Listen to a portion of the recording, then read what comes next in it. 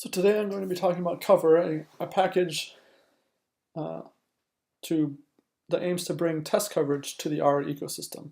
My name is Jim Hester. I'm a software engineer at RStudio. I work with Hadley to write tools that make data science easier, faster, and more fun to use. This table is simply showing the current state of testing in the R ecosystem across various package repositories.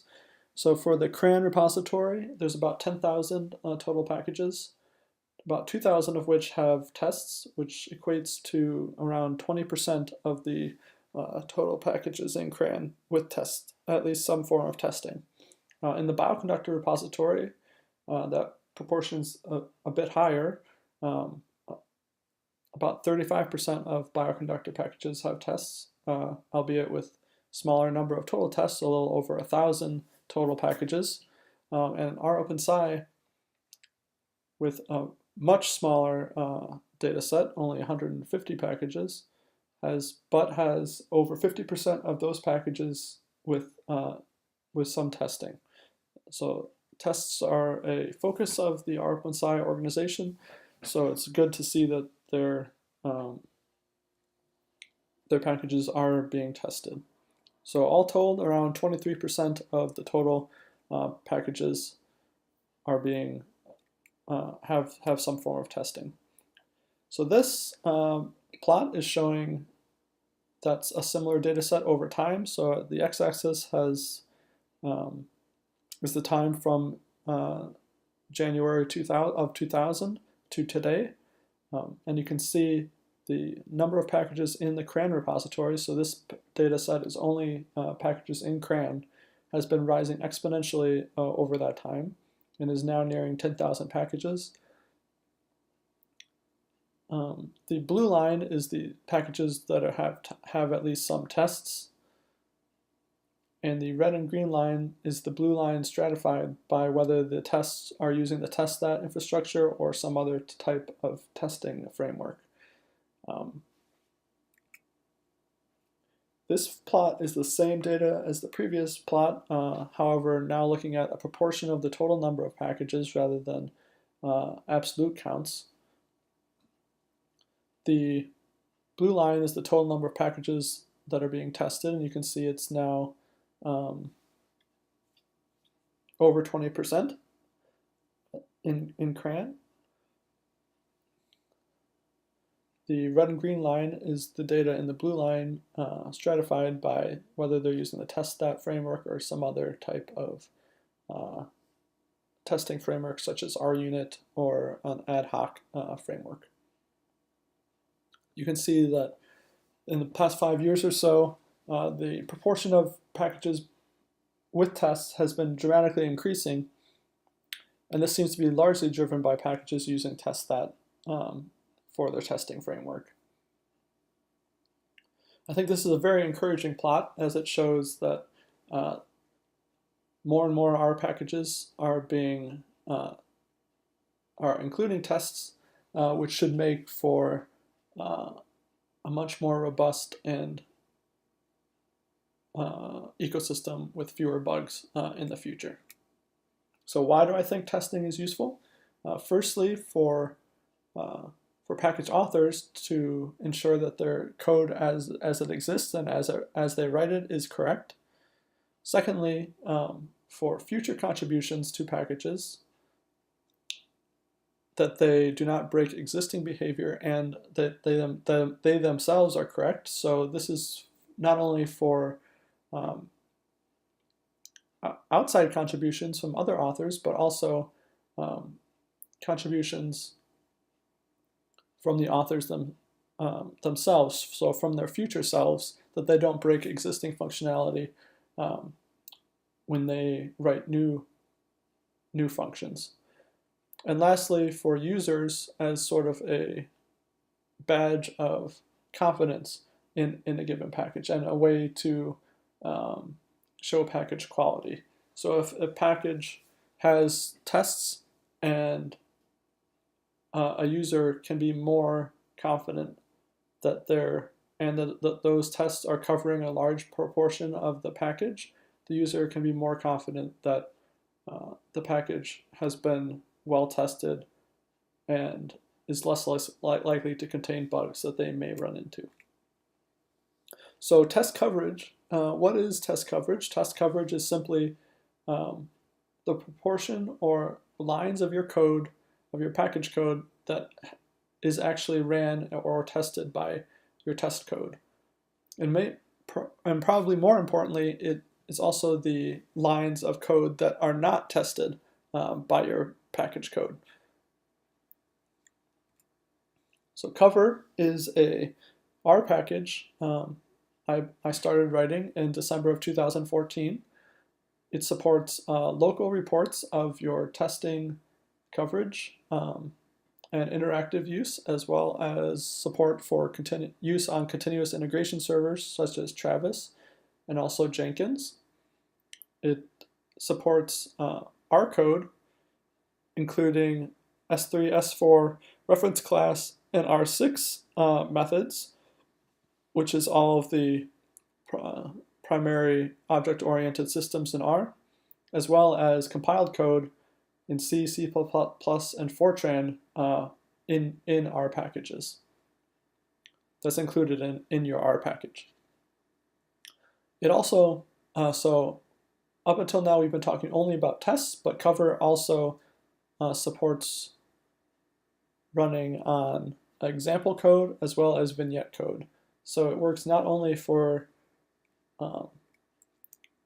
your actual test code, but also those other two types as well. So how this works for our code is fairly straightforward. If we define a function f with two statements and then call the trace calls function on it, Covr transforms the body of the f function to have two counting statements.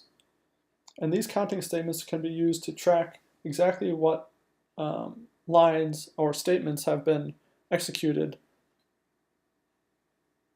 by that function. So basically what Covr does is takes all of the functions in your package, replaces the bodies of the function by the modified function definition returned by trace calls,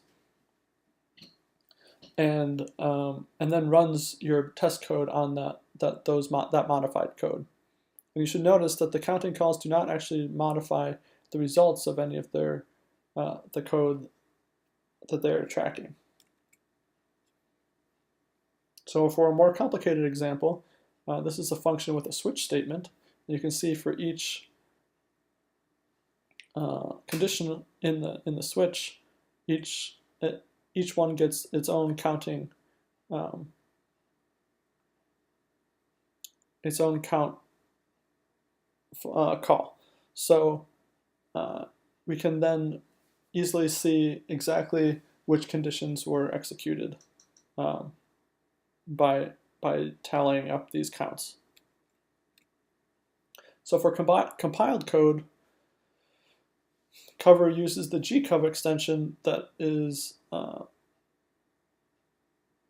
provided in the GCC and Clang compilers. So to enable this, you need to run, you need to compile your code without optimizations and with the coverage argument, and then you run your testing code as normal. So what that does is instruments the compiled code with coverage information, so which can then be which is output once the process finishes, and then can be aggregated by the gcov binary into gcov files, which are then parsed by Covr and included with the results from the R code in one homogeneous report. So I mentioned that Covr can be used on Travis and continuous integration servers. So how that works for Travis is you can add suggests Covr to your package description, which will automatically install Covr when you're running your code on Travis. And then in the after success block in your Travis config file, you add either the codecov or coveralls function call, depending on which of those two services you'd like to use. And then generates, you can then include a badge in your README, which will make it easy for users to see exactly how much coverage test coverage your package is using. So now I want to do a little demo of showing how easy it is to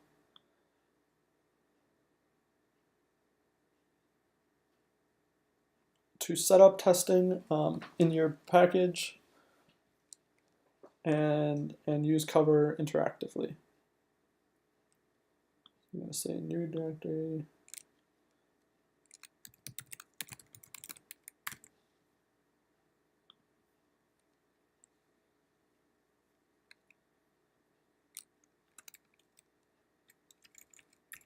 Delete all of that. Okay, so if we just want to make a new function, just make a function add that simply adds one to a file. If we DevTools is a useful package written by and maintained by Hadley Wickham, which contains a function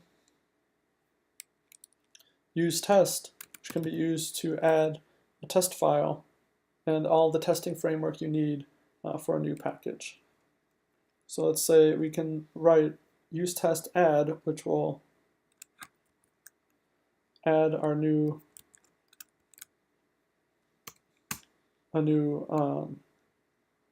package or a new test file.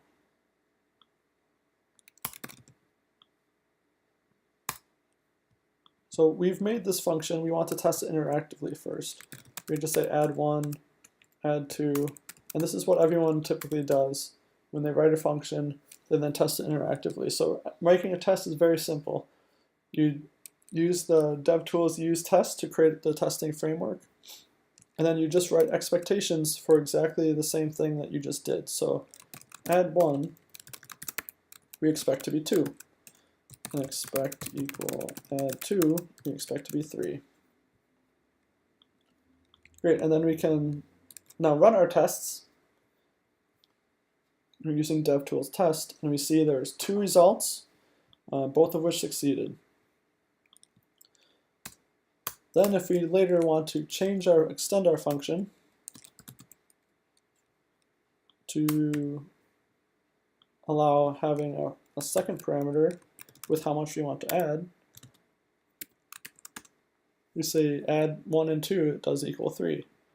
So now we can add a new test with that new, and run our tests again. And we see, oh no, our first two tests are now failing because our new functionality broke our existing functionality. We can verify that interactively. We just see add 1, oh, that equals 3 instead of 2 like we were expecting. The reason is our default was set incorrectly when we set up our new test. So now we fix that, and we have a working test. So this is a great example of how testing can be beneficial even when you are the sole developer at just adding new functionality yourself. If we now define a new function, we'll call this add even. And this will only, what this will do is basically add only if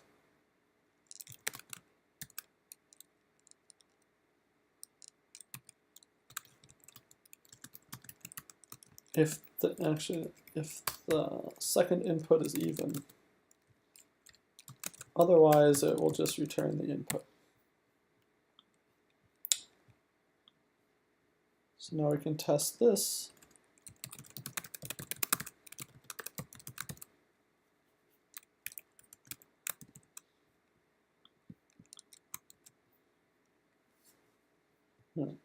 Yeah.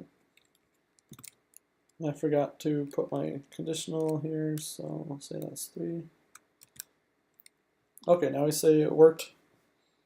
All of our tests succeeded. So now if we want to use Covr to look at this simple package, the main function you want to use is package coverage, which will automatically build and test your package. So if you just output the object that's returned, it will give you the overall coverage for your package. So we see here our overall coverage, and also break it down based on the number of files in your package. So the overall coverage is 75%. We only have one file, which is also 75%. If you want to look into this a little further, use the report function. And this first generates a simple report. This is actually a table, but we'll skip that for now. And you can look into the file and see exactly which line is missing coverage. So we only called add even with an even number. We never tried calling it with an odd number. So we have a missing coverage here. So if you wanted to fix that, call it now with an odd number, and since it's odd, we're not going to actually add it. We're just going to ignore that. And then we can run those tests, verify they work. It does work, and then we run our coverage, run the report, and then you see now we have 100%. And we had these numbers at the end are the number of times that each line was ran. So we see we ran this line twice to check this conditional. It went into this condition once and this condition once. Some other useful functions, there's a as data frame method for the coverage object, which will output as a data frame. You can see the value is exactly sort of the same data that we had in our report. It also can aggregate by function. So there's an argument to the print method. So you print, so by default it groups by file, which isn't very useful in this case because we only have one file, but you can also group by function. And this will then group the percentages by function. So you can see that we had 2 functions, both of which are covered 100% in this case.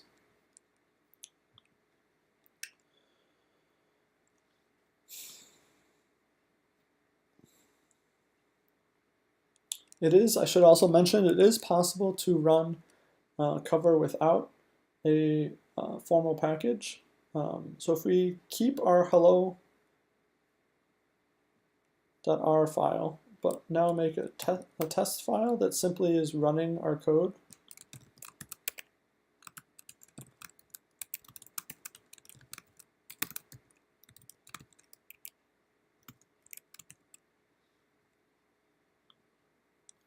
And we'll call this test.r.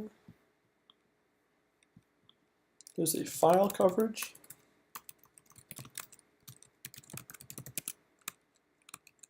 Function that simply takes a vector of file names that define functions and that run functions.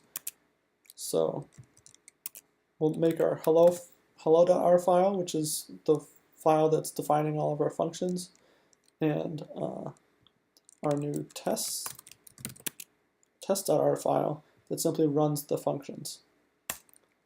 Then the result we get is exactly like that, which you would get from a package.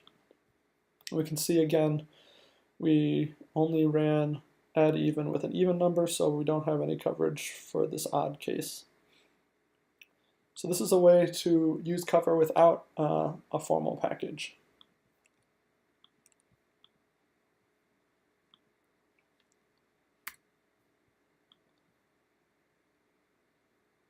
For a more complicated example,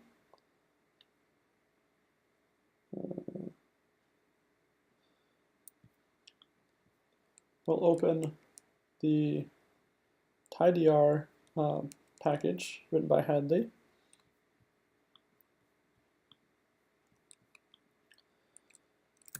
We'll load Covr.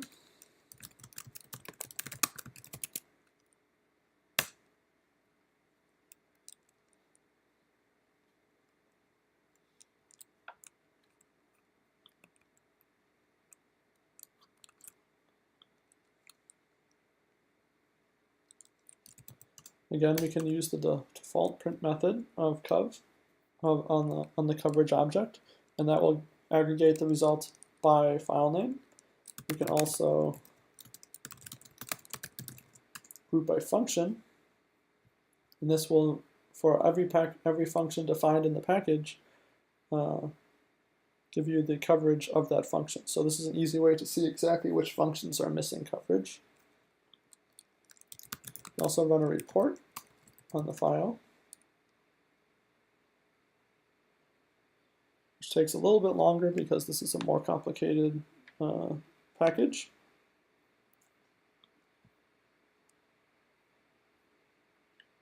And in this case, you can also sort each of these columns as sortable. So we can sort by the number of missed lines and see there's a number of missed lines in the melt CPP file. And we can see in this case, here's a good candidate for additional tests, where these other cases were checked, but this case was not. And since this is a little bit more complicated logic, it's probably useful to check it.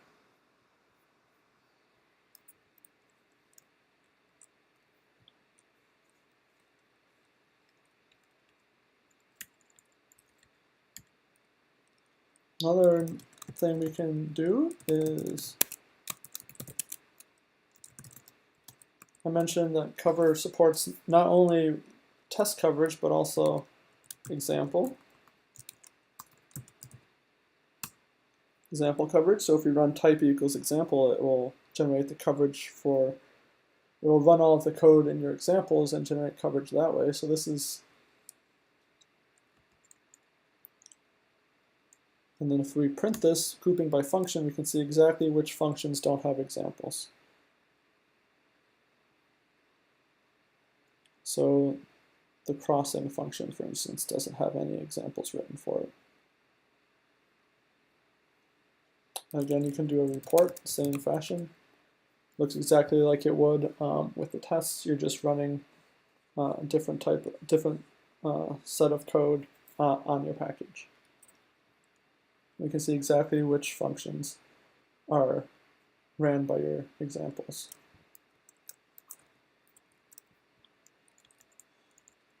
Similarly, you can do the same thing with your vignette. Just looking at the wrong thing.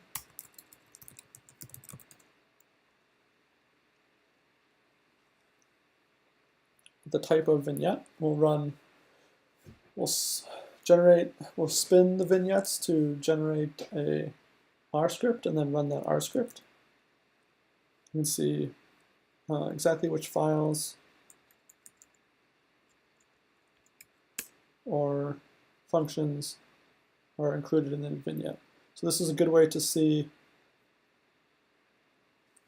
if there's portions of your package that maybe you need additional long-form vignettes for.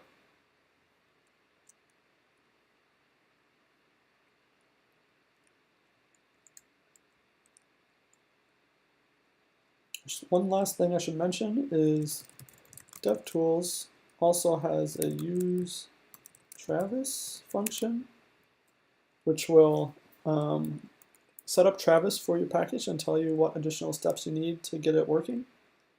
So if you have a package on GitHub and you would like to use Travis CI for every time you push a change to the package, which I would encourage, use Travis. And there's also a use coverage function that you can use to set up coverage for the package, and it will tell you exactly the steps needed to get coverage, to get the badge on your README and all of that. So those are two functions I'd recommend.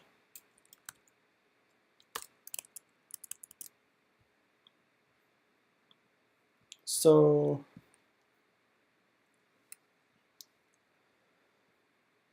see how this looks on GitHub. You may have seen these badges. So this is a CodeCov badge, and so the way that these are actually signifying that the package is using Covr to generate its coverage. And we can click on that, and it'll take us to the codecov.io website. This first plot is showing the coverage over time. So we see coverage of this package is very steady in the last 6 months, right around 92%. We can then drill down into exactly which files do and do not have coverage. So we see in the R files, this extract numeric function doesn't have coverage. In this case, I think it's actually okay. This is now a deprecated function, so we probably don't need to add additional tests. And that's one important thing to note is just because a package doesn't have 100% coverage doesn't necessarily mean one that does is definitely a better solution. Just because a package has tests that run the code doesn't mean it handles all of the possible inputs, so there could definitely be bugs in a package, even if it has 100% test coverage. And we can see this works for compiled code as well. Again, we can go to our melt C++ function, or actually C function, and see exactly the same thing we saw interactively. So this is also a nice way for users to sort of gauge which package they'd like to use. If you see tidyr has 92% coverage, that's a pretty good indicator that it's a robust package and likely won't have tons of, you won't run into many bugs with the package. It's just another metric someone could use. If you don't typically go to GitHub to look at packages, one nice thing is on the package landing page on CRAN's website, if you click the README and the package uses one of the coverage badges, you can see the coverage badge directly in the README, and then click on it to take you to the Covr website. One other nice feature about Covr is it has an extension for Chrome that integrates with GitHub, and if a package is using the Covr website service to track coverage, it will automatically annotate the package code with the coverage for you. So you can easily see, oh, there's only 70% coverage in the utilities function, and it will also highlight the code for you. So I can see exactly, just when I'm browsing GitHub, exactly where I'm missing coverage. So this is also one of the reasons I prefer using Covr on my own projects, is for this extension and some additional features that it provides over the Coverall service. For an example of the Coverall service, here's a package by D. Natali. He's using Coveralls, so if we look at his repo on GitHub, it looks very similar to how it looks with the Covr, only the link takes you to the Coverall service instead. And this is also very similar to the interactive report. So you can see all the files in the package. You can click on one, see exactly which function doesn't have test coverage. In this case, it's a printing function.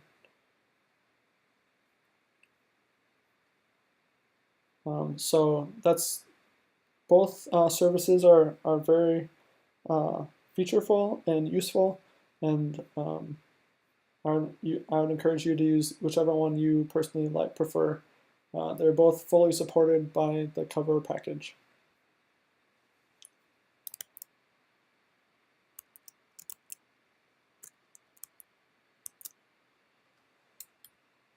So sort of one last conclusion is, are people actually using this package in the R ecosystem? So the Covr package. So this graph is showing the number of packages and package repositories on GitHub that are using Travis as well as Covr with either CodeCov or the coveralls service. So you can see from the first sort of release of when I started writing this package to today, there's well over 1,500 packages between the two services that are using Covr underneath to do code coverage for R. So and this is in addition. I should mention the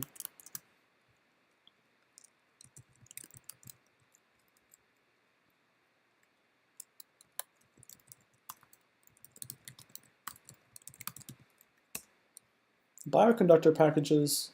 Their bioconductor organization runs Covr as part of their nightly build process, and so we have coverage of every package with testing on bioconductor with the CodeCov service.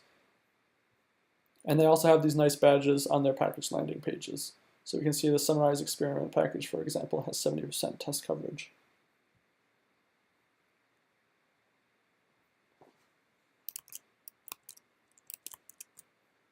So again, this is the number of repositories on CRAN, but so there's about over 1,500 repositories, GitHub packages on GitHub using this. Like I said, Bioconductor is running this on all of their 1,000 packages. And so I think it's, and then there's I'm sure a number of additional package authors who are not using one of the services on GitHub, but are using Covr interactively. So there's a large number of packages using this. And this is just the same plot broken down by service. So originally I only had support for the coverall service in the Covr package.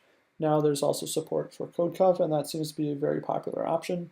And like I said, I prefer using CodeCov for my own packages. Covr is also the focus of the Code Coverage working group. These are the current members of the working group. And if anyone is interested in joining it, you're welcome to do so. Primarily, the working group has been focused on sort of bug fixes found in enterprise use, as well as sort of using Covr more in an enterprise setting, such as integration with Jenkins.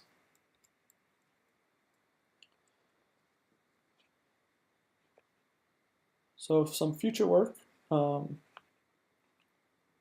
is branch coverage. So that's coverage sort of tallying by conditional statements for each conditional if all the branches are covered.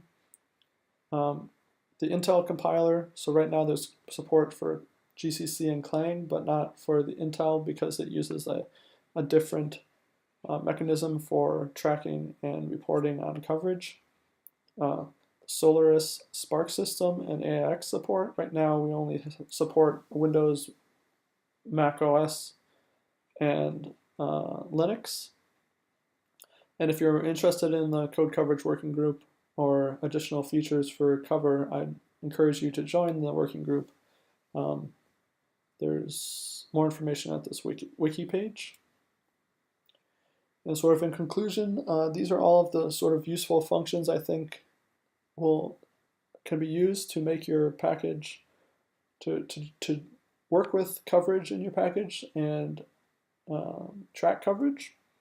Sort of the most important of which I think are the package coverage functions, the DevTools functions to set up coverage and testing in your package, the report function to generate the interactive reports.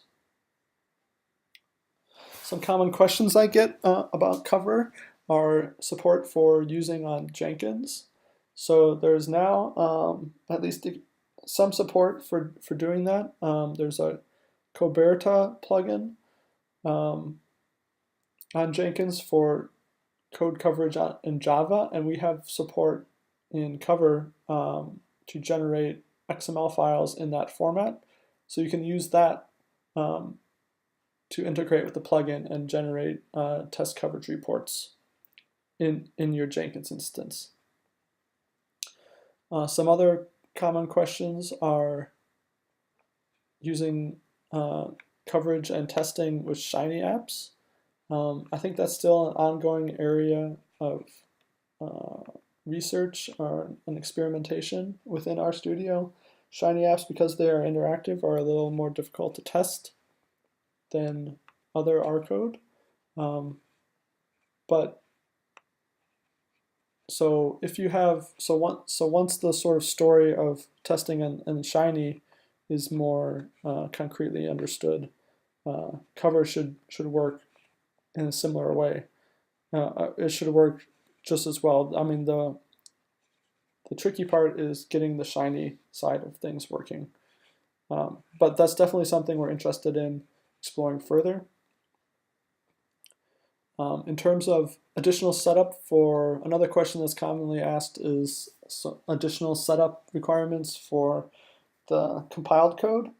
You basically shouldn't have to do anything additional if your R package has compiled code. It should automatically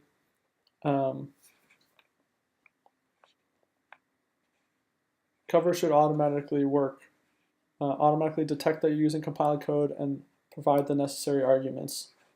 So you won't actually have to do any additional setup. That should just work out of the box. So with that, I think I will thank everyone for watching this webinar. It unfortunately had to be re-recorded from the original webinar because the original recording did not work. But just thank you for bearing with us. And if you have any issues with the Covr package, I would highly encourage you to open an issue on the GitHub repository. Simply my name, Jim Hester /Covr /issues on github.com is the issue URL. With that, thank you for listening, and hope you test your package and use coverage in the future.